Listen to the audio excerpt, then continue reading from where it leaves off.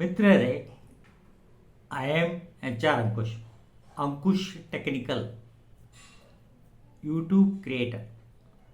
ಇವತ್ತಿನ ವಿಡಿಯೋ ಲೆಕ್ಕ ಬಿಟ್ಟ ಲೋಕ ಬಿಟ್ಟ ಎಂಬ ವಿಷಯದ ಬಗ್ಗೆ ಇರುತ್ತದೆ. ಕೆಲಸವನ್ನು ಸಂಪಾದನೆಗಾಗಿ ದುಡಿಯುವಿಕೆ ಎನ್ನುವುದು ಒಂದು ನೌಕರಿ ಮಾಡಿ ಸಂಪಾದಿಸುವುದು, ಇನ್ನೊಂದು ವ್ಯಾಪಾರ ತಯಾರಿಕೆ ಮಾಡಿ ಹಣ ಗಳಿಸಬಹುದು. ಪರರ ಮೇಲೆ ಅವಲಂಬಿತರಾಗದೆ ನಾವು ಸ್ವಂತವಾಗಿ ದುಡಿದು ಜೀವನ ಸಾಗಿಸಬೇಕಾಗುತ್ತದೆ.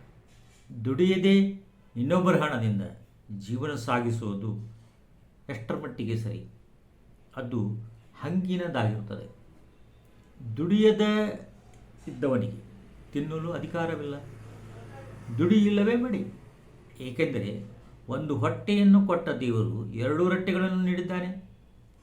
ರಟ್ಟೆ ಮುರಿದು ದುಡಿಯುವನಿಗೆ ಹೊಟ್ಟೆ ತುಂಬ ಅನ್ನ ಎಂದು ಪೂಜ್ಯ ಶ್ರೀ ವೀರೇಂದ್ರ ಮಹಾಸ್ವಾಮೀಜಿ ಹರಿಹರ ಬೋಧಕ ಮಾತು ಹೇಳಿರುತ್ತಾರೆ. ಬುದ್ಧಿಯನ್ನು ಬೆರೆಸು, ದುಡಿ, ಸಾವಕಾಶವಾಗಿ ಬೆಳೆದು ಧನಿಕನಾಗು. ಇದು ನಿನಗೂ ನಿನ್ನ ಕುಟುಂಬಕ್ಕೂ ದೇಶಕ್ಕೂ ಒಳ್ಳೆಯದು. ನಮ್ಮಲ್ಲಿರುವ ಕೀಳರಿಮೆ ಬಿಟ್ಟು ದುಡಿಯಬೇಕು, ಹಣ ಸಂಪಾದನೆ ಮಾಡಬೇಕು. ನಾನು ಕಷ್ಟನಾಗಿದ್ದೇನೆ, ನಾನು ಬಡವ, ನಾನು ದುರ್ಬಲ, ನಾನು ಅಂಗವಿಕಲ, ನನ್ನಿಂದ ಆಗೋದಿಲ್ಲ, ನನ್ನ ಆರೋಗ್ಯ ಸರಿಯಿಲ್ಲ, ಇದು ಕುಂಟ ನೆಪಗಳು ನಮ್ಮನ್ನು ಹಿಂದಕ್ಕೆ ಸರಿಸುತ್ತವೆ. ರೀ ಸಾಕ್ರಿ, ಹೇಳ್ರಿ, ಮೇಲೆ ಕೆಲಸ ಮಾಡ್ರಿ. ನೀನು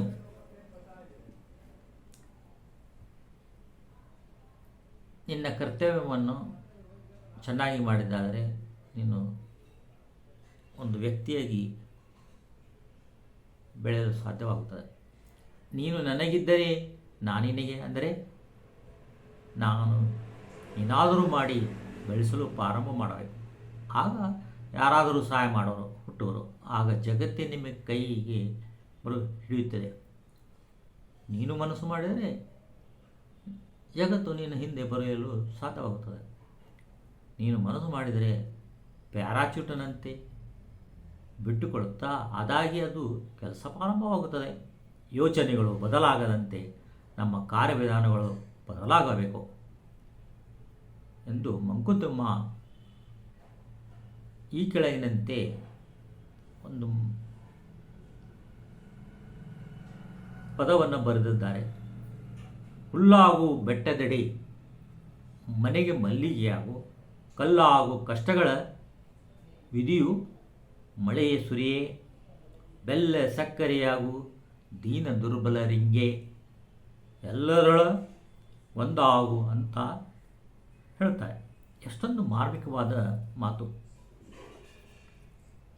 ಅರ್ಧ ಗ್ಲಾಸ್ ಖಾಲಿ ಇದೆ ಎನ್ನುವರು, ಋಣಾತ್ಮಕವಾಗಿಯೂ ಅರ್ಧ ಗ್ಲಾಸ್ ತುಂಬಿದೆ ಎನ್ನುವರು, ಧನಾತ್ಮಕವಾಗಿ ವಿಚಾರ ಮಾಡುವರು ಇರ್ತಾರೆ. ಯಾವಾಗಲೂ ಪಾಸಿಟಿವಿಟಿ ಮಾತು ನಮ್ಮಲ್ಲಿರಬೇಕು. ಕೆಲವೊಮ್ಮೆ ಎಲ್ಲ ಬಾಗಿಲು ಹಾಕಿವೆ ಎಂದು ಎನಿಸುತ್ತದೆ, ಆದರೆ ಪ್ರಯತ್ನಿಸಿ ನೋಡ್ರಿ, ಎಲ್ಲ ಬಾಗಿಲಿಗೂ ಒಳಗಿನೆಂದಿಗೂ ಕೊಂಡಿ ಹಾಕಿರುವುದಿಲ್ಲ. ಅನಾಮಿಕ ಹೇಳ್ತಾರೆ, ನಮ್ಮ ಕೆಲಸ ಯಾರು ಮಾಡಿದರೇನು, ಕೆಲಸ ಸರಿಯಾಗಿ ಆಗಬೇಕಷ್ಟೇ ಅಷ್ಟೇ. ಆ ಚಾತುರ್ಯತೆ ಆತನಲ್ಲಿದ್ದರೆ ಸಾಕು. ಎಲ್ಲರೂ ಧನಾತ್ಮಕ ಚಿಂತನೆ ಅವಶ್ಯ. ನಾವು ನಮ್ಮ ಸಾಮರ್ಥ್ಯದ ಮೇಲೆ ಭರವಸೆ ಇಡಬೇಕು. ಆತ್ಮವಿಶ್ವಾಸ ಮುಖ್ಯ. ಸೋಲಿನ ಭಯ ಬೇಡ. ನಮ್ಮ ಮಕ್ಕಳಿಗೆ ಚಿಕ್ಕ ಮಕ್ಕಳು ಇದ್ದಾಗ ಹಣ ಗಳಿಸುವ ಪಾಠ ಕಲಿಸಬೇಕು. ದೊಡ್ಡವರಾದಾಗ ಹೇಳಿದಾಗ ಆ ಮಗಳು ನೀನು ಚಿಕ್ಕವರಿದ್ದಾಗ ನಮಗೆ ಕಲಿಸಲೇ ಇಲ್ಲ ಅಂತ ಸಂದರ್ಭ ಹೇಳೋ ಬಂದೇ ಬರುತ್ತದೆ. ಬಂದರಿನಲ್ಲಿ ಹಡಗು ಬಹಳ ಸುರಕ್ಷಿತವಾಗಿ ಇರುತ್ತದೆ. ಹಾಗಂತ ಬಂದರಿನಲ್ಲಿ ನಿಲ್ಲುವುದು ಹಡಗಿನ ಕೆಲಸವಿಲ್ಲ. ಸಮುದ್ರಗಳನ್ನೇ ಆಳುವುದು ಅದರದ ಕೆಲಸ. ನಮ್ಮ ಮಕ್ಕಳನ್ನು ಅವರ ಜಾಣ್ಮೆ ನೋಡಿ ಶಿಕ್ಷಣ ನೀಡಬೇಕಾಗುತ್ತದೆ. ಅಂದರೆ ಅವರ ಬುದ್ಧಿಶಕ್ತಿ ಪರಿಗಣನೆ ಮಾಡಿಕೋಬೇಕು. ಆ ಬುದ್ಧಿಶಕ್ತಿಗೆ ತಕ್ಕಂತೆ ನಾವು ಶಿಕ್ಷಣ ಶಿಕ್ಷಣ ಕೊಡುವುದು ನಮ್ಮ ಆದ್ಯ ಕರ್ತವ್ಯ. ಈಗ ಡಾಕ್ಟರು, ಇಂಜಿನಿಯರು ಎಲ್ಲ ಮಕ್ಕಳು ಆಗಬೇಕಂದ್ರೆ ಹೇಗೆ? ಅವು ಕಲೀಲಿಲ್ಲ ಹೇಗೆ? ಅವು ಚೆನ್ನಾಗಿ ಪಾಸ್ ಮಾಡಲಿಲ್ಲ ಅಂದರೆ ಹೇಗೆ? ನಮ್ಮ ಎಲ್ಲ ಹಣ ನೀರು ಪಾಲಾಗುತ್ತದೆ. ಸಾಲ ಮಾಡಿ, ಸೋಲ ಮಾಡಿ 4-5 ಲಕ್ಷ ರೂಪಾಯಿ ಪ್ರತಿ ವರ್ಷ ಕಟ್ಟಿ ಒಂದು ಇಂಜಿನಿಯರು, ಒಂದು ಡಾಕ್ಟರ್ ಆಗಬೇಕಾದ್ರೆ 20-50 ಲಕ್ಷ ಬೇಕಾಗ್ತದೆ. ಅದು ಸಾಲ ಮಾಡಿ ನಂತರ ಅವು ಪಾಸ್ ಮಾಡಲಿಲ್ಲ ಅಂದರೆ ವ್ಯರ್ಥವಾಗುತ್ತದೆ ಅಂತ ಪ್ರಶ್ನೆ. ಅದಕ್ಕಾಗಿ ನಾವೊಂದು ಮಾತು ಹೇಳ್ತೇನೆ, ನಮ್ಮ ಕಡೆ ಸಾಧ್ಯವಿಲ್ಲ ಅಂತಂದರೆ ಖಾಸಗಿ ಶಾಲೆಗಳನ್ನು ಬಿಟ್ಟು ಸರ್ಕಾರಿ ಶಾಲೆಗಳಲ್ಲಿ ನಮ್ಮ ಮಕ್ಕಳನ್ನು ಬೆಳೆಸಿದ್ದಾರೆ. ಅಲ್ಲೇ ಕನ್ನಡದ ಸಂಸ್ಕೃತಿ ಬೆಳೀತದೆ ಮತ್ತು ಹಣದ ಬೆಲೆ ಆ ಮಕ್ಕಳಿಗೆ ಗೊತ್ತಾಗುತ್ತದೆ. ಹೀಗಾಗಿ ನನ್ನ ಮಾತ್ರದ ಸಲಹೆ ಅಂದರೆ ಮಕ್ಕಳನ್ನು ಪ್ರಾಥಮಿಕ ಹಂತದಲ್ಲಿ ಅವರನ್ನು ಸರ್ಕಾರಿ ಶಾಲೆಯಲ್ಲೇ ಓದಿಸಬೇಕು. ಇದರಿಂದ ನಮ್ಮ ಖರ್ಚು ಕಡಿಮೆಗಳನ್ನು ಮಾಡಿಕೊಳ್ಳಲಿಕ್ಕೆ ಸಾಧ್ಯ ಆಗ್ತದೆ. ನಮ್ಮ ಸಂಸ್ಕೃತಿಯನ್ನು ಬೆಳೆಸೋದು ಒಳ್ಳೆಯದು. ಅವರಿಗೆ ಸಂಸ್ಕೃತಿ ಪಾಠ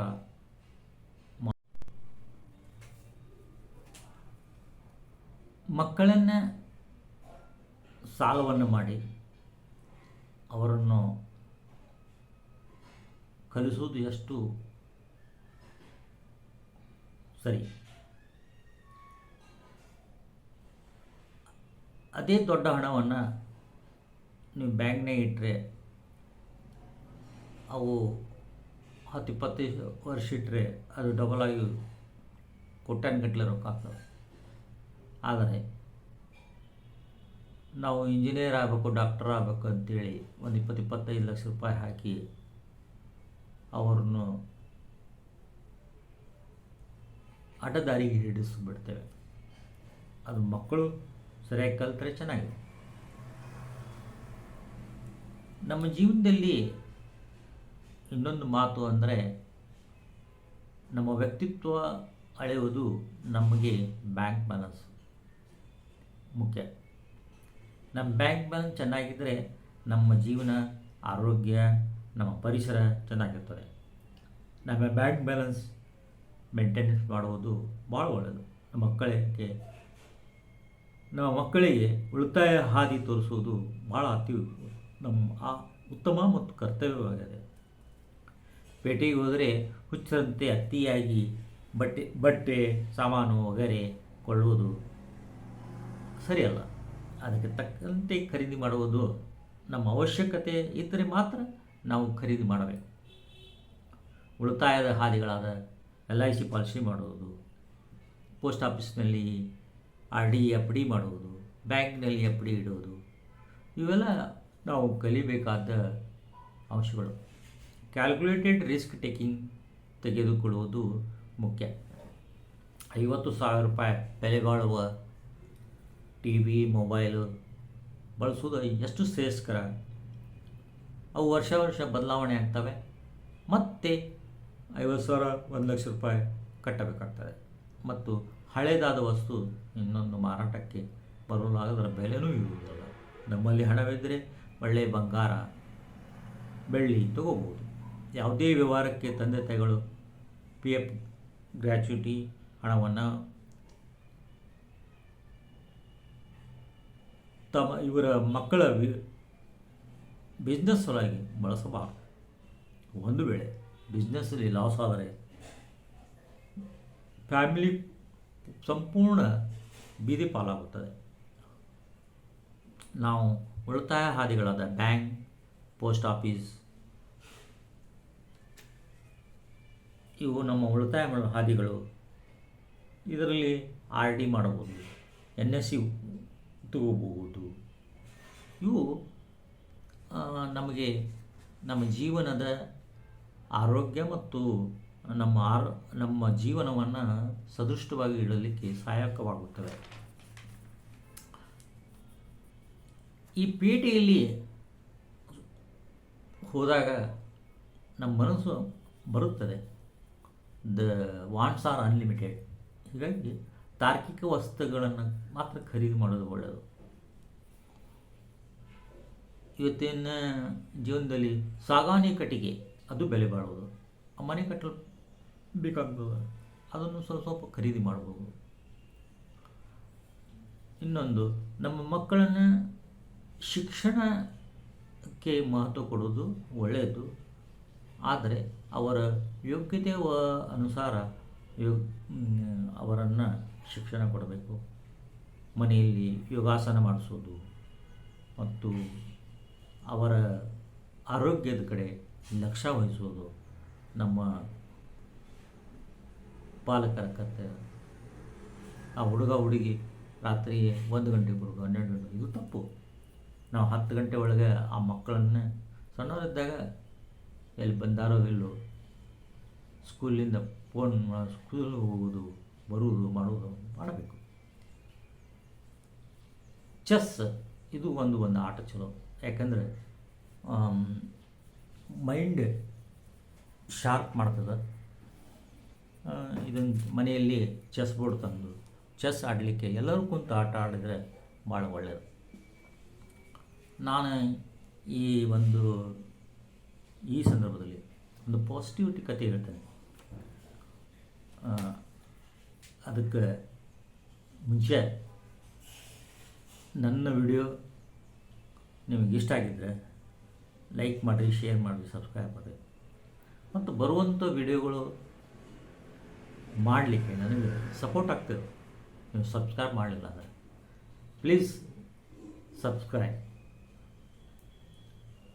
ಮತ್ತೊಮ್ಮೆ ಹೇಳ್ತೀನಿ, ನನ್ನ ವಿಡಿಯೋವನ್ನು ಸಬ್ಸ್ಕ್ರೈಬ್ ಮಾಡಿರಿ, ನನಗೂ ಸಪೋರ್ಟ್ ಸಿಕ್ತು. ಕತೆ ಕೇಳಿ. ಒಂದು ರಾಜ್ಯಕ್ಕೆ ಒಬ್ಬ ಪ್ರಖಂಡ ಜ್ಯೋತಿಷ್ಯ ಬಂದ. ಮಹಾರಾಜ ಆತನ ಕೀರ್ತಿ ಕೇಳಿ ಆ ಜ್ಯೋತಿಷಿಯನ್ನು ಕರೆಸಿ ತನ್ನ ಭವಿಷ್ಯವನ್ನು ಕೇಳಿದ. ಅವನ ಕೈ ಆ ಜ್ಯೋತಿಷಿಗೆ ಕೊಟ್ಟ. ರಾಜನ್, ನಿಮ್ಮ ಎದುರಿಗೆ ನಿಮ್ಮ ಹೆಂಡತಿ ಮಕ್ಕಳು ಸಾಯುತ್ತಾರೆ ಎಂದುಬಿಟ್ಟ. ಆಗ ರಾಜ ಕೆಂಡಾಮಂಡಲಾದ ರಾಜ ಜ್ಯೋತಿಷಿಯನ್ನು ಕಾರಾಗರಕ್ಕೆ ಹಾಕಿಬಿಟ್ಟ.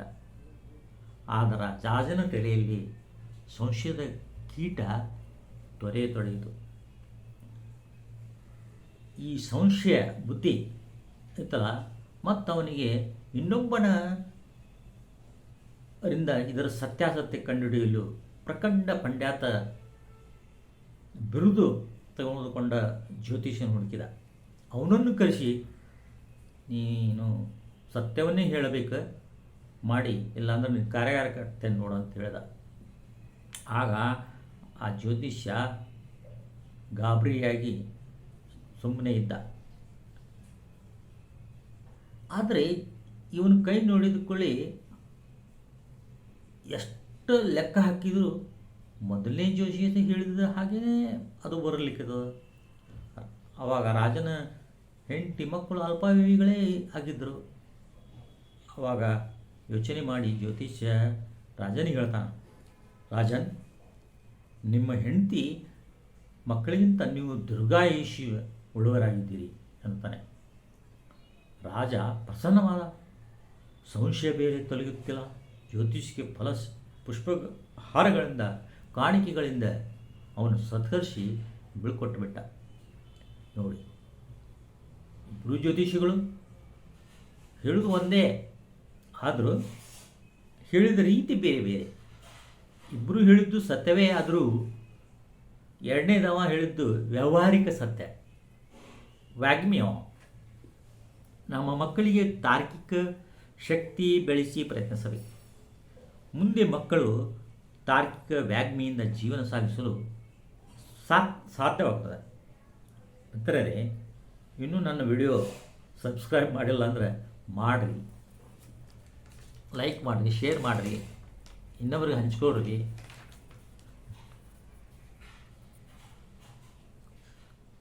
ವಿಡಿಯೋ ಸ್ಕೈಪ್ ಮಾಡ್ದ ನಿಂದರ್ಗಿ ಇನ್ನು ಚೆನ್ನಾಗಿ ಅದ. ನಮ್ಮ ಮಕ್ಕಳನ್ನು ಕಾಲೆಳೆಯೋದು ಎಂದಿಗೂ ಕಲಿಸಬಾರ್ದು. ಒಬ್ಬರ ಕಾಲೆಳೆದರೆ ಮುಂದೆ ಏನಾಗುತ್ತದೆ ನಿಮಗೂ ಗೊತ್ತು, ಬಿತ್ತಿದ್ದನ್ನು ಬೆಳೆಯುತ್ತಾನೆ ಅಂತ. ನಾವು ಮಕ್ಕಳನ್ನು ಲೀಡರ್ಶಿಪ್ ಕ್ವಾಲಿಟಿ ಬೆಳೆಸಬೇಕು, ಫಾಲೋವರ್ಶಿಪ್ ಕ್ವಾಲಿಟಿ ಬೆಳೆಸ್ಬೇಕು. ಈ ಲೀಡರ್ಶಿಪ್ ಕ್ವಾಲಿಟಿ ಯಾವುದೇ ಕೆಲಸಕ್ಕೆ ಆತ ಮುಂದೆ ಬಂದು ನಾನು ಮಾಡುತ್ತೇನೆ ಅಂತಾನೆ. ಫಾಲೋವರ್ಶಿಪ್ ಇದು ಹಿಂದೆ ನಡೆಯುತ್ತಾನೆ. ನೋಡಿ, ನೀವು ಫಸ್ಟ್ ಯಾವುದೋ ಸಭೆಗೆ ಹೋಗ್ರಿ, ಅಲ್ಲಿ ಮುಂಚಿನ ಟೇಬಲ್ನಾಗ ಕುಂದಿರ್ಬೇಕು, ಕ್ಲಾಸ್ ರೂಮ್ನಾಗ ಫಸ್ಟ್ ಬೆಂಚ್ನಾಗ ಕುಂದಿರ್ಬೇಕು. ಮತ್ತು ಕಚೇರಿ ಕೆಲಸ ಮಾಡುವಾಗ ಎಲ್ಲ ಫೈಲ್ಗಳನ್ನು ಮುಂದೆ ಹೋಗಿ ಸಾಹೇಬರಿಗೆ ಅಧಿಕಾರಿಗಳಿಗೆ ಭೇಟಿಯಾಗಿ ಅದನ್ನು ಕನ್ವಿನ್ಸ್ ಮಾಡಿ ಆ ಕಡತದಲ್ಲಿ ಪಾಂಡಿತ್ಯವನ್ನು ವಹಿಸಿ ಸಹಿ ಮಾಡ್ಕೊಂಬರ್ಬೇಕು. ಆವಾಗ ನೀವು ಲೀಡರ್ಶಿಪ್ ಆಗ್ಬೋದು. ಇಲ್ಲಾಂದರೆ ನಿಮ್ಮ ಕಡತಗಳ ಇನ್ನೊಬ್ಬರಿಗೆ ಕೊಟ್ಟು ಅವ್ರು ಸಹಿ ಮಾಡಿಸ್ಕೊಂಬರ್ಬೇಕಾಗ್ತದೆ. ಅಂಥ ಪರಿಸ್ಥಿತಿ ಬರುತ್ತೆ. That is the followership. Time is money. ವೇಳೆ ಕೂಡ ನಮಗೆ ಅಷ್ಟೇ ಮುಖ್ಯ. ಯಾವುದೋ ಕೆಲಸ ನಾ ಮಾಡಬಲ್ಲೇ ನಮ್ಮ ಮನಸ್ಸಿಗೆ ಹೇಳಿದಾಗ ಅದು ಜೈವಿಕ ರಾಸಾಯನಿಕ ಕ್ರಿಯೆ ನಡೆದು ನರ ಮತ್ತು ಸ್ನಾಯುಗಳ ಮೂಲಕ ಮೆದುಳಿಗೆ ಪ್ರೇರಣೆ ನೀಡುತ್ತದೆ. ಎಲ್ಲರೂ ಹೇಳ್ತಾರೆ ನೋಡಿ, ನೀನು ಏನು ಮಾಡುವುದು ಅದನ್ನು ನಿರ್ದೇಶಿಸಿದರೆ ಅದನ್ನು ನಿನ್ನ ಮನಸ್ಸಿಗೆ ಹೇಳಿಕೋ ಅಂತಾರ. ಇದು ಸತ್ಯ. ನೀನು ಏನು ಮಾಡಬೇಕು ಅನ್ನೋ ಅನ್ನಿಸ್ತೈತೆ ಅದನ್ನು ನಿನ್ನ ಮನಸ್ಸಿಗೆ ಹೇಳು. ಮಾರ್ನಿಂಗ್ ಮುಂಜಾನೆ ಹೇಳು, ಮಧ್ಯಾಹ್ನ ಹೇಳು, ರಾತ್ರಿ ಹೇಳು, ಹೇಳ್ತಾನೆ ಇರು. ಅದು ತಾನೇ ಆಟೋಮೆಟಿಕ್ ಆಗಿಬಿಡ್ತದೆ. ಯಾವಾಗ ನಿನ್ನ ಮನಸ್ಸಿಗೆ ನೀನು ಮೈಂಡಿಗೆ ನಿನ್ನ ಪಾಸಿಟಿವ್ ಆಗಿ ನೀ ಹೇಳ್ತೀವೋ ಅದು ಪಾಸಿಟಿವ್ ಆಗೇ ಆಗುತ್ತದೆ. ನಾವು ನಮ್ಮ ಮನಸ್ಸಿಗೆ ಏನು ಹೇಳ್ತೀವಿ ಹಾಗೆ ಆಗ್ತದೆ. ದೇಹಕ್ಕೆ ರವಾನಿಸಿ ಶಬ್ದ ಅದು ಕಾರ್ಯಾತ್ಮಕವಾಗ್ತದೆ. ನಾವು ಧನಾತ್ಮಕವಾಗಿ ಪಾಸಿಟಿವಿಟಿ ವಿಚಾರ ಮಾಡಿದರೆ ಅದು ತಾನೇ ಆಗಿಬಿಡುತ್ತದೆ. ಅನಾಮಿಕದಲ್ಲಿ ಒಂದು ನಾಣ್ಣುಡಿ ಇದೆ, ನಾವು ಹೇಗೆ ಇದ್ದೇವೆ ಕಾರಣ ನಮ್ಮ ವಿಚಾರಗಳು ಹಾಗೇವೆ. ನಾವು ಬದಲಾಗಬೇಕಾದ್ರೆ ನಮ್ಮ ವಿಚಾರಗಳು ಬದಲಾಗಬೇಕು. ಇಂದ್ರಾಣಿ ಚ ಸ್ವಯಂ ಭಗವತ್ ಪಂಡಿತೋ ನರಃ ದೇಶಕಾಲ ಬಲಂ ಧಾತುಃ ಸರ್ವಕಾರ್ಯಾಣಿ ಸಾಧಯೇತ್. ಬುದ್ಧಿವಂತನಾದ ಮನುಷ್ಯನು ಬಕಪಕ್ಷಿಯಂತೆ ತನ್ನ ಇಂದ್ರಿಯಗಳನ್ನು ಹಿಡಿದಲ್ಲಿಟ್ಟುಕೊಂಡು ದೇಶ ಕಾಲ ಬಲವನ್ನು ಸಂದರ್ಭವನ್ನು ನೋಡಿಕೊಂಡು ಕೆಲಸವನ್ನು ಸಾಧಿಸಿಕೊಳ್ತಾನೆ. ಕೊಕ್ಕರೆ ಮೀನು ಸಿಗುವವರೆಗೆ ಒಂಟೆ ಕಾಲಿನಲ್ಲಿ ತಾಳ್ಮೆಯಿಂದ ಹತ್ತಿ ಕಣ್ಣಿನಿಂದ ಕಾಯುತ್ತದೆ. ಮನುಷ್ಯ ಕೂಡ ತಾಳ್ಮೆಯನ್ನು ಸಾಧಕತೆಯನ್ನು ಬಕಪಕ್ಷಿಯಂತೆ ಕಾಯಬೇಕು, ಕಲಿಯಬೇಕು ಎಂದು ಚಾಣಕ್ಯ ಹೇಳ್ತಾನೆ. ಮನಕುಲಕ್ಕೆ ಮೌನ ಉದ್ಯಮಶೀಲತಾ ಪಾಠ. ಬೆಳಕು ಹರಿವಿಷ್ಣುವುದು ಹೆಮ್ಮರವಾಗಲಿಲ್ಲ, ಅವರದ್ದೇ ಆದ ವೇಳೆಯನ್ನು ತೆಗೆದುಕೊಂಡಿದೆ. ಸತತ ಪ್ರಯತ್ನ, ತಾಳ್ಮೆ, ಶ್ರದ್ಧೆ ಇದ್ದಲ್ಲಿ ಮಾತ್ರ ಕನಸಿನ ಬೀಜ ಹೆಮ್ಮರ ಆಗಲು ಸಾಧ್ಯ. ಸ್ವಾಮಿ ವಿವೇಕಾನಂದರು ಪದೇ ಪದೇ ಈ ಮಾತನ್ನೇ ಹೇಳ್ತಾರೆ. ಒಮ್ಮೆ ಗಿಡ ಮರವಾಯಿತೋ ಅದು ಧನ್ಯೋಷ್ಮಿ. ಶ್ರದ್ಧಾ ಸಬರಿ ಅಂದರೆ ಶ್ರದ್ಧೆ, ತಾಳ್ಮೆ ಇದ್ದರೆ ನಾವು ಏನನ್ನಾದರೂ ಸಾಧಿಸಬಹುದು. ತಾಳಿಯಾನು ಬಾಳಿಯಾನು ಕನ್ನಡ ಗಾದೆನೇ ಇದೆ. ನೀವು ಅಂಕುಶ್ ಟೆಕ್ನಿಕಲ್ ಸಬ್ಸ್ಕ್ರೈಬ್ ಮಾಡಿಲ್ಲ ಅಂದ್ರೆ ಸಬ್ಸ್ಕ್ರೈಬ್ ಮಾಡ್ಕೊರಿ. ಮತ್ತು ಈ ವಿಡಿಯೋನ ಆದಷ್ಟು ಎಲ್ಲರಿಗೂ ಶೇರ್ ಮಾಡಿರಿ, ಲೈಕ್ ಮಾಡಿರಿ. ನಾವು ಆತ್ಮಶಕ್ತಿ ಬೆಳೆಸ್ಕೊಳ್ಬೇಕು. ಆತ್ಮಶಕ್ತಿ ಬಗ್ಗೆ ಹಿಂದಿ ಚಲನಚಿತ್ರ ನಾಜಾಯಜ್ ನೋಡಿರ್ಬೋದು. ಇದು ಟಬ್ಬು ಮತ್ತು ಅಜಯ್ ದೇವಗನ್ ನಟಿಸಿದಂಥ ಚಿತ್ರ. ಅಜಯ್ ದೇವಗನ್ ಈ ಪಿಕ್ಚರ್ದಲ್ಲಿ ಧೃತಿಗೆಟ್ಟಿರ್ತಾನೆ. ಜೀವನದಲ್ಲಿ ಕೆಂಗೆಟ್ಟು ಜಿಗುಪ್ಸೆಗೊಂಡು ಟಬ್ಬು ಬಂದು ಒಂದು ಹಾಡಿನ ಮೂಲಕ ಅಜಯ್ ದೇವಗನನ್ನು ಪುನಃ ಹಳಿ ಮೇಲೆ ತರುವಂಥ ಪ್ರಯತ್ನ ಮಾಡ್ತಾಳೆ. ತುಜೆ प्यार करते करते तेरी नींद तक उड़ा दूं, आओ जो अपनी जिद पे तुझे कैसे क्या बना दो. ನಿನ್ನನ್ನು ಪ್ರೀತಿಸುತ್ತಾ ಪ್ರೀತಿಸುತ್ತಾ ನಿನ್ನ ನಿದ್ದೆಯನ್ನು ಹಾರಿಸುವೆ, ನಿನ್ನ ಛಲಕ್ಕೆ ನೀನು ಬಾ, ಎಲ್ಲಿಂದ ಎಲ್ಲಿಗೆ ನಿನ್ನನ್ನು ಮುಟ್ಟಿಸುವೆ ನೋಡು ಅನ್ನುತ್ತಾಳೆ ತಬ್ಬು. तू ही मेरी जिंदगी है, तू ही मेरी आरती है, तुम ही मुझे क्या गरजते दुनिया, तुझी का पुकारते हैं. तुझी जिंदगी नहीं दूं, तुझी नाम भी नहीं दूं, मेरी हाथ लकीरें तेरे हाथ में सजा दूं. ನೀನೇ ನನ್ನ ಜೀವನ, ನಿನ್ನೇ ನನ್ನ ಸೌಭಾಗ್ಯ, ಜಗತ್ತು ನನಗೆ ಏನನ್ನುತ್ತದೆ, ನಿನಗೆ ಏನನ್ನುತ್ತದೆ, ನಿನಗೆ ಹೊಸ ಜೀವನ ನೀಡುವೆ, ನಿನ್ನ ಹೆಸರನ್ನೇ ಬದಲಾಯಿಸುವೆ, ನನ್ನ ಹಸ್ತಗೇರೆಗಳನ್ನು ನಿನ್ನ ಹಸ್ತದಲ್ಲಿ ಅಲಂಕರಿಸುವೆ. ಎಂಥ ಮಾತು ನೋಡಿ. ಆ ಹುಡುಗಿಯ ಆತ್ಮಶಕ್ತಿ, ಕಾನ್ಫಿಡೆನ್ಸ್ ಅನ್ನೋದು ನಮ್ಮ ಜೀವನ ಬದಲಾಯಿಸಿಬಿಡುತ್ತದೆ. ಕಾರಣ ನಮ್ಮ ಮಕ್ಕಳನ್ನು ಆತ್ಮಶಕ್ತಿ ತುಂಬಲು ನಾವು ಪ್ರಯತ್ನಿಸಬೇಕಾಗಿದೆ. ನಾವು ಕೂಡ ಆತ್ಮಶಕ್ತಿ ಕುಂದಿಕೊಳ್ಳದೆ ನಮ್ಮ ಜೀವನವನ್ನು ನಾವು ಮಾಡಿಕೊಳ್ಳಬೇಕಾಗಿದೆ. ಈ ವಿಡಿಯೋ ನಿಮಗೆ ಇಷ್ಟ ಆಗಿದ್ರೆ ಸಬ್ಸ್ಕ್ರೈಬ್ ಮಾಡಿರಿ, ಶೇರ್ ಮಾಡಿರಿ, ಲೈಕ್ ಮಾಡಿರಿ. ನಮ್ಮ ಜೀವನದಲ್ಲಿ ಸತ್ಯ ಪರಿಪಾಲನೆ ಅಷ್ಟೇ ಮುಖ್ಯವಾದದ್ದು. ನೇಲೆ ಪೇ ದೇಹಲ, ಹತ್ತರ ಮೇಲೆ 11 ಅಂತ ನುಡಿಗಟ್ಟಿದೆ. ಅದು ಚಾಲುಗಿರಿ ಇರ್ಬೋದು, ಆದರೆ ನೇರ ನಿಷ್ಠುರ ಸತ್ಯವಾದಿ ಮಾತ್ರ ಇರಬೇಕು. ನೀವು ಕೆಲವರನ್ನು ದೀರ್ಘಕಾಲ ಮೂರ್ಖರನ್ನಾಗಿರಿಸಬಹುದು, ಆದರೆ ನೀವು ಎಲ್ಲರನ್ನೂ ಸ್ವಲ್ಪ ಕಾಲದವರೆಗೆ ಮೂರ್ಖರನ್ನಾಗಿಸಬಹುದು, ಆದರೆ ಎಲ್ಲರನ್ನೂ ಎಲ್ಲ ಕಾಲಕ್ಕೂ ಮೂರ್ಖರನ್ನಾಗಿಸಲಾರದು. ಇದು ಆಂಗ್ಲಗಾದೆ ಇದೆ. ಮಾಡುವ ಕೆಲಸ ಯಾವುದೂ ಸಣ್ಣದಲ್ಲ, ಅದಕ್ಕೆ ಪೂರ್ತಿ ಗೌರವ ನೀಡಿ ಕೆಲಸ ಮಾಡಿದ್ದಲ್ಲಿ ಮನುಷ್ಯ ಯಾವುದೇ ಮಟ್ಟ ಮುಟ್ಟಬಲ್ಲ. ಮಕ್ಕಳಲ್ಲಿ ನಾವು ಪರಿಶುದ್ಧ ಅಕೌಂಟಬಿಲಿಟಿ ಕಲಿಸಬೇಕು. ನಮ್ಮ ಭಾಷೆ ಸಂಸ್ಕೃತಿ ಕಲಿಸಬೇಕು. ತಾಯಿ ಹಾಗೆ ಮಗಳು, ನೂಲಿನ ಹಾಗೆ ಸೀರೆ, ಕನ್ನಡ ಗಾದೆ ಇದೆ. ನಾವಾಗಲಿ ನಮ್ಮ ಮಕ್ಕಳಲ್ಲಿ ಒಂದು ಕನಸನ್ನು ತುಂಬಬೇಕು. ಆ ಕನಸುಗಳಿಗೆ ಒಂದು ಪ್ರೇರಣೆ ಶಕ್ತಿ, ಅವೇ ನಮ್ಮನ್ನು ಓಡುವಂತೆ ಮಾಡುತ್ತವೆ. ಅನಾಮಿಕದಲ್ಲಿ ಮಾತು ಬರುತ್ತದೆ, ಕನಸಿಲ್ಲದ ಕೆಲಸ ಒಂದು ಕಲ್ಪನೆ, ಕೆಲಸವಿಲ್ಲದ ಕನಸು ಒಂದು ದುಸ್ವಪ್ನ. ನಮ್ಮ ಜೀವನದಲ್ಲಿ ಕೊಡುಕೊಳ್ಳುವಿಕೆ, ನಂಬಿಕೆಗಳಿಂದ ಬದುಕುತ್ತೇವೆ ನಾವು. ಯಾರೊಬ್ಬರ ಕಡೆಯಿಂದ ಕೈಗಡ, ಸಾಲ ಹೀಗೆ ನಡೆದುಕೊಂಡಾಗ ಅದನ್ನು ವಾಪಸ್ ಮಾಡಲೇಬೇಕು. ನಿಗದಿತ ವೇಳೆ ಮುಂಚೆ ಸಾಲವನ್ನು ವಾಪಸ್ ಮಾಡಿರಿ. ಸಾಲಗಾರನ್ನು ಅಡ್ಡಾಡ್ರಿ, ಕಚೇರಿ ಪೊಲೀಸ್ ಸ್ಟೇಷನ್ ಮೇಲೆ ಹಿಂದೆ ಅಡ್ಡಾಡ್ರಿ. ಸಣ್ಣ ವ್ಯಾಪಾರಿ ಸಣ್ಣವನಲ್ಲ, ದೊಡ್ಡ ವ್ಯಾಪಾರಿ ದೊಡ್ಡವನಲ್ಲ. ಒಂದು ಸಾಲ ತೀರಿಸಲು ಮತ್ತೊಂದು ಸಾಲ ಮಾಡಬೇಡ್ರಿ. ಸಾಲನಾಗಿ ಹುಟ್ಟಿ ಸಾಲದಾಗ ಸಾಯುವಂಥ ಪರಿಸ್ಥಿತಿ ಬರ್ತದೆ. ಕೊಟ್ಟವ ಕೊಡಂಗೆ ಇಸ್ಕೊಂಡವ ಇರ್ಭದ್ರ ಎಂಬ ನಾಣ್ಣುಡಿ ಇದೆ. ಎರಡನೇ ಸಾರಿ ನನಗೆ ಮೋಸ ಮಾಡುತ್ತೀ, ನನಗೆ ನಾಚಿಕೆ ಬರಬೇಕು ಎಂಬ ಅದು ಅರಬ್ಬಿ ಗಾದೆ ಇದೆ. ಅಂದರೆ ಮೊದಲೇ ಸಾರಿ ನೀನು ನನಗೆ ಮೋಸ ಮಾಡುತ್ತಿ, ನಿನಗೆ ನಾಚಿಕೆ ಬರಬೇಕು. ಎರಡನೇ ಸಾರಿ ನನಗೆ ಮೋಸ ಮಾಡುತ್ತಿ, ನನಗೆ ನಾಚಿಕೆ ಬರಬೇಕು. ಇಂಗ್ಲೀಷ್ ಗಾದೆ ಇದು. ನಾವು ಸಾಲನಲ್ಲಿ ಹುಟ್ಟಿ ಸಾಲದಲ್ಲಿ ಸಾಗುವಂಥ ಪರಿಸ್ಥಿತಿ ಬರಬಾರ್ದು ಅನ್ನೋದಕ್ಕೆ. ಅದಕ್ಕೆ ಸಾಲವನ್ನು ಮಾಡಬೇಡ್ರಿ. ನಮ್ಮ ಹಾಸಿಗೆ ಕಾಲು ಜಾಚರಿ. ನಮ್ಮ ಕಡೆ ಐತಪ್ಪ ಇಷ್ಟೈತಿ, ಅಷ್ಟರಾಗ ಊಟ ಮಾಡೋದು ಕಲಿಬೇಕು ನಾವು. ಭಾಳ ತೊಂದರೆ ಇದ್ದ ಮಾತ್ರದಲ್ಲಿ ಸಾಲ ಮಾಡಬೇಕು, ಮತ್ತು ಅದನ್ನು ನಮಗೆ ಹಣ ಬಂದಾಗ ಅದನ್ನು ತೀರಿಸಬೇಕೆ.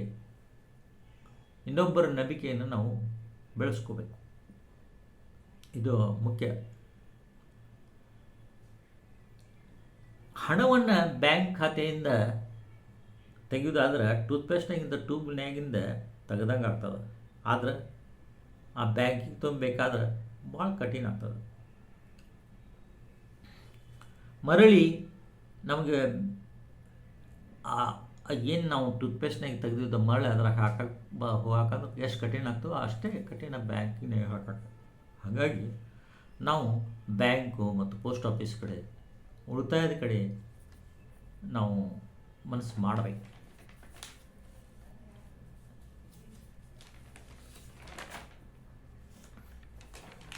ದೇವರನ್ನು ನಂಬು, ಆದರೆ ಮಲಗುವಾಗ ಮುಂದಿನ ಬಾಗಿಲನ್ನು ಭದ್ರವಾಗಿ ಹಾಕಿಕೊ ಎಂಬ ಆಂಗ್ಲ ಗಾದೆ ಇದೆ. ನಾವು ಕೆಲಸ ಮಾಡುವಾಗ ನಮ್ಮಷ್ಟೇ ವೇಳೆಯಲ್ಲಿ ನಮಗಿಂತ ಹೆಚ್ಚು ಕಷ್ಟಪಟ್ಟು ಮೈ ಮನಸ್ಸು ಬಳಸಿ ಕೆಲಸ ಮಾಡಬೇಕು. ಆಗ ನೆಮ್ಮದಿಯ ನಿದ್ರೆಯನ್ನು ನಮ್ಮದಾಗಿಸಿಕೊಳ್ಳಬಹುದು ಅಂತ. ಕೆಲಸ ಮಾಡುವಾಗ ಮೇಲೆ ನೋಡು, ಊಟ ಮಾಡುವಾಗ ಕೆಳಗೆ ನೋಡು ಎನ್ನುವುದ ಇದರ ಅರ್ಥ. ನಮಗೆ ಕಷ್ಟ ಕಾಲದಲ್ಲಿ ಒಂದು ಅಭಯಹಸ್ತ್ರ ರಕ್ಷಕ ಬೇಕು.